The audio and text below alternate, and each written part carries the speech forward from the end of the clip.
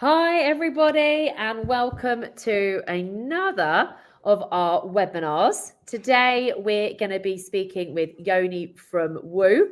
But whilst a few of you are just waiting to join, we'll just do a quick bit of introductions. I don't know about you guys, and I think I've said this every week for the last few weeks. This is currently the last Monday of November.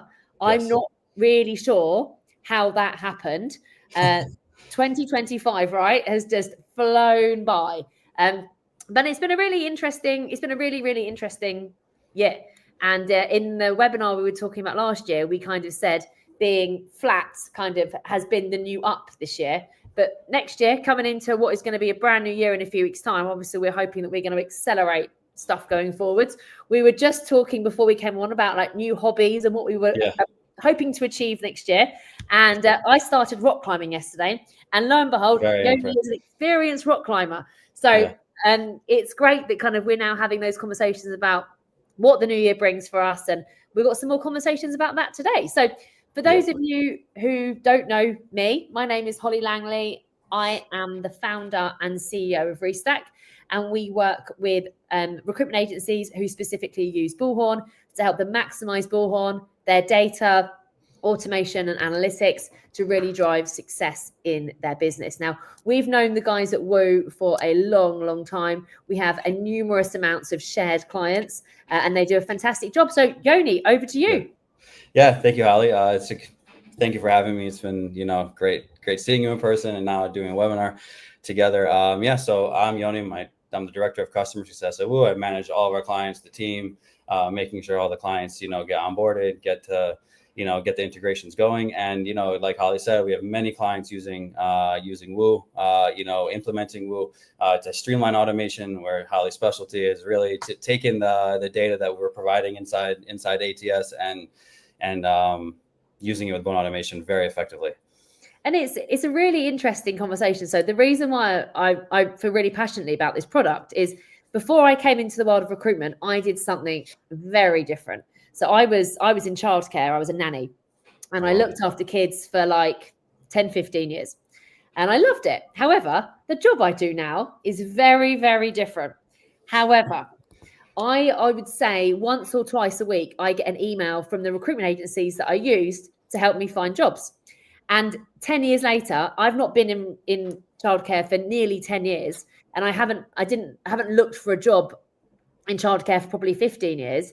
And yet I'm still getting these emails about jobs that are no longer relevant to me. Now, what you're thinking is, Holly, unsubscribe.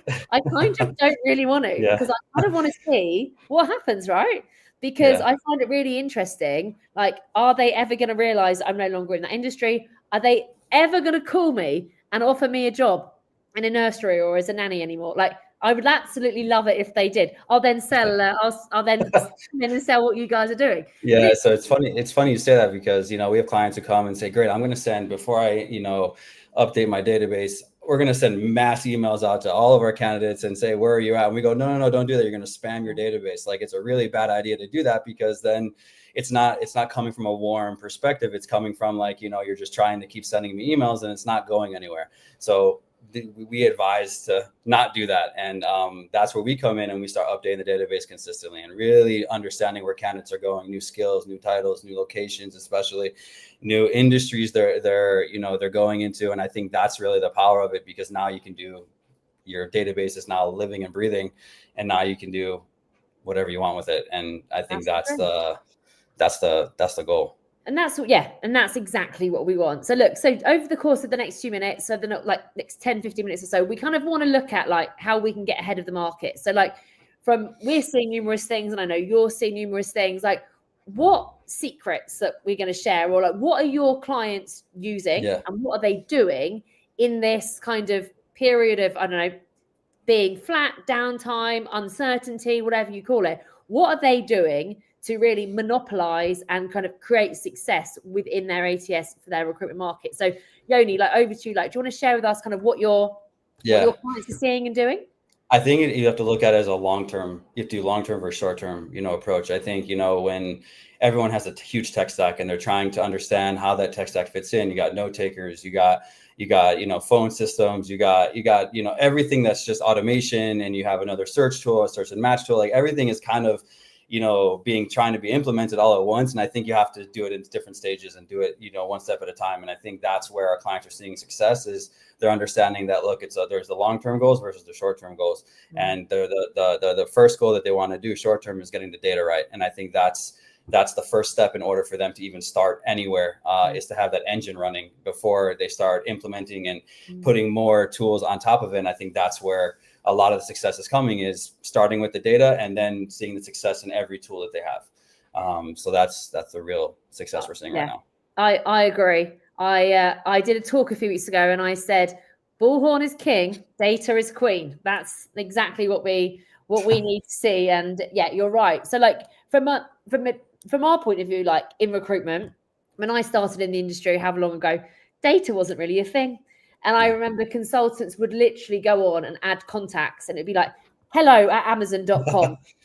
Oh my gosh, like it horrifies me now. Right. From a data point of view, we obviously need to get this clean. We need to get this tidy. This is going to unlock loads. Are there any, do you have some examples of the key data points that you think really need to be accurate, clean, tidy, and then kept up to date? Yeah, I think from both sides, especially on contact level and candidate level. So I'll start with the candidate side. So basically titles, location, a company, something that, it gives you something to work off of, and from there, then you can add skills is great, but, skills is an ongoing, addition and subtraction and, to it. But, location wise, is very important, because if you're moving locations and you want to know where you're targeting, let's say with automation or different areas, titles for sure, because of matching, just trying to find candidates, that you're matching with. So our key data points that we're injecting are, into the ATS are, we inject many different data points, but the key ones are titles, skills, industries, location, and different kinds of categories that we can categorize people instead of being, title specific. Because one person can call senior software engineer, someone can call themselves a software engineer, but and they're just calling themselves something, different on their resume. So that's I think that I would start from the candidate, and then from the contact side is especially same thing. It comes down to, title, company, history that you can leverage, because on the contact level, you have a ton of contacts that you can leverage and get new opportunities with. You just need to know where they're going. So that's what I would think is the best data points to even have. Yeah, I really like the job title thing. I think when you have job titles that are accurate, like in this scenario, it means that you can be searching better quality. They're going to come up in Booleans. You can then do automations. You can then do marketing campaigns. You can also then look at doing salary surveys and sort of more filtered out segmentation based on that. And you're right, like that is really, really important. Out of everything, for me, like job title is probably one of the most important things that's on the system. And believe it or not, I still see so many companies who don't even track current job title. It is crucial to track and having that up-to-date fields. And also, if you know that they've got a new job title, there's the opportunity to backfill and get that role sourced, or congratulate them on sending out. Exactly. One of the things that we did in a campaign a few years ago, I think it was in my old job, is when we knew someone had a promotion, we would send them I think we sent them in a chocolate brownie or a bit of a voucher for a cake. And it just said congrats on the promotion. We're really proud of you. Well done. It was something. Now that's great. If you've placed that candidate there, that's amazing. But if not, it's also a good sign, because that candidate may now be a hiring manager. So there's so many opportunities. And also go a long way. People appreciate the warm approach and taking the time and understanding where you've gone. And it does a lot. It does a lot, more than people think. For sure. So before we were talking, you have been busy. So you were in the US last week. Yeah, we got invited to a conference. Yeah. And I believe you've got a bit of a stat surrounding one of your clients that you want to share, which is a fantastic. Yeah, it's a fantastic stat. So one of our clients, SSI people in the United States, they came to Woo a couple of years ago, and they have a huge database of, 1 million plus people. And they were like, great, we want to monetize our database, because we've had so many candidates. We need to know where they're going. And before they started, they had 2% placements coming from their database. And they were like, that's just not maintainable. Like, you know, we have 1 million plus people. That's just impossible. So then after they started using Woo, within the first 12 months, they jumped to 30%, you know, placements, because they're using bone automation, auto match, Woo data, and it's now a running machine. So that machine is consistently going, and it's matching according to updated information. I think that has been like the biggest driver, because there's no adoption to it. You know, consultants are getting notifications of shortlisted candidates that were matched, reach out campaigns that are automatically done. It makes things more efficient. And I think that was a huge response, because people were like, whoa, like, I know I'm not making placements for my database. Definitely not with the outdated data that I have. Now I can do that, especially with everyone having automation. You're just constantly in the same loop over and over again. You're matching on outdated data. So once SSI said that on stage in front of everybody, that was like a big wake up call to everyone. And that's where everyone, started flooding us from that point. It became very busy the rest of the week. So it was great. It was phenomenal. And I think that was like the biggest talk. Like 2%. Yeah. To 30% placements from your database is an incredible amount. Like, that is fantastic. Like, one of the things, and one of the kind of coming back to one of the secrets that I have got, is that I think we need to get away from using LinkedIn Recruiter so much. Now, don't get me wrong. I love LinkedIn Recruiter. It's a fantastic product. However, as I've said many times, I spoke to Gabe about this last time, is the problem is everybody has access to a similar pool of candidates on LinkedIn Recruiter. I could set up an agency tomorrow, spend £6,000 on a LinkedIn license, or however much it is these days, and message all your candidates as well. And that's not competitive advantage. Your competitive advantage to win is looking at the data you already have in your system, picking up the phone because you've got their mobile number, looking at the call history, and having that really good conversation, because that's what your competitors can't do. Your competitors don't have the same notes as you. They don't have the 10-year history. They probably don't have a mobile number. What your competitors are going to do is send out 100 emails and wait and get a 24% response rate, which isn't great. But you have got the power, and I'd be interested to see how much of the placements from your client were on LinkedIn, and if that number has stayed the same, or if that number's gone down due to kind of the information now being on the system. So I think that's, for me, the more we can get this data right, the more that we can get the team using the CRM and the data that is within it. Big game changer in this market. To piggyback off what you're saying is they're in the database. They're there. Everyone you're stepping on, regardless, they're there. You have 1 million plus people. You built your own LinkedIn. Like, what are you like? Yeah, you need new blood and new candidates, and I get that, and new markets, and I understand that. But to have it on everyone, I still don't understand that. Like, you have hundreds and thousands of people just waiting for you to reach out to them. Just by updating the data, you can filter them out. You can see where they're going. You can do all these warm approaches, and LinkedIn is a very cold approach. I love LinkedIn. LinkedIn's great, but it's all cold, right? Like, so if someone's in your database, why would you reach out to them on LinkedIn? Why don't you pick up the phone, call them, have a conversation, meet up for coffee, and have, and build those relationships that way. So I think that has been the change, is people starting to realize, look, you're not going to drop LinkedIn. It's not going to happen, like, in general. Like, but can you reduce it? Can you focus your efforts on reducing that spend? Sure. And I think that's where the ultimate goals you want to get to. I don't think it's going to happen overnight. I think it's going to happen gradually. And when you see those statistics and you see the year-to-year placements coming from your database, your dependency on job boards in general, and LinkedIn itself becomes less and less, to the point where you're just using your database and monetizing everything from it. Yeah, we have a couple of clients who have delivery consultants who are kind of just sourcing candidates, and some of them have access to LinkedIn and some of them don't. So they still have the licenses, but there are groups within that business who are primarily focused on searching and dialing through the CRM, which I think is a fantastic way. And you've got that dual approach there, but I think that's really, really important. So a big change in the market that we have seen in the last 12 months alone has been all about AI. Mm-hmm. So one of the things that has changed the market is just how much AI is powering everything forward, which is great. How obviously that's changed a large amount of how the recruiters work on a daily basis.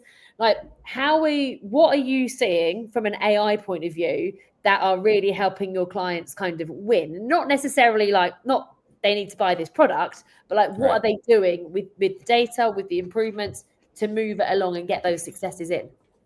I think there's so much AI out there. I think, I see a new AI tool every single day on LinkedIn pop up saying, a new kind of tool that, AI that's doing something. And I think, again, the first part is the data. Once the data is in, the AI tool effectively should work. That's just statistics, and it just makes sense, from that perspective.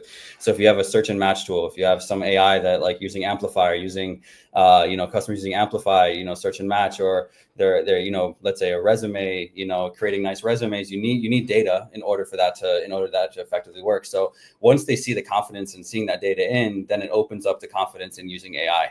And obviously we have our own AI, we have other things, coming inside, but inside of Woo in general to help, streamline those initiatives. But in general, I think it's not everyone's ready for it, but it's here. And I think that like, you're not gonna, 6 months from now and say, I'll push this aside. I don't think that's going to do anything. You're just delaying that fact of getting to where, you need to get to, and just embrace it. It's a tough change, but it's a great change. And I think, agencies embracing it, those are the ones, going to be very successful and adopting it and getting things ahead. I think you're right. I think like like there's so many different things that you need to have AI on, or you could have AI on, and you don't necessarily need AI on everything. Like, correct, that it's too much. Like, I remember maybe about 12 months ago, someone rang me out of the blue and just literally, she said to me, Holly, my boss has told me to go and get some AI. Like, what should I buy? And I was like, oh gosh, like nothing, like what's your problems? And like 9 times out of 10, like the AI problems that we're trying to fix are recruiter efficiency. Recruitment leaders want people calling the right person at the right time with the right message. Great. Or they want to improve the quality of what's going on. So they want to improve the data. They want to improve the quality of the searching to then in turn help the recruiters like be more efficient, to do more. And it's really, really interesting. But all of it comes back down to like having a single source of truth in your system, making sure your team know what they're doing with the AI, you're doing it responsibly, and that it's producing something that's accurate. We've all used ChatGPT. We've all stuck in a terrible prompt.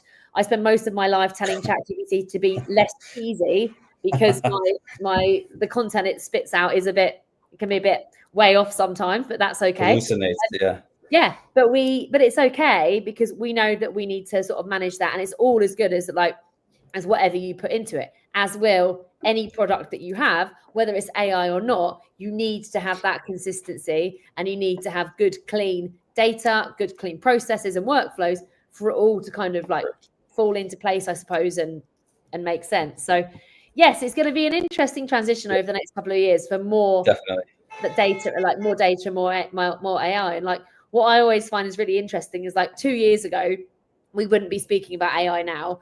No. 4 years ago, we wouldn't be talking about data.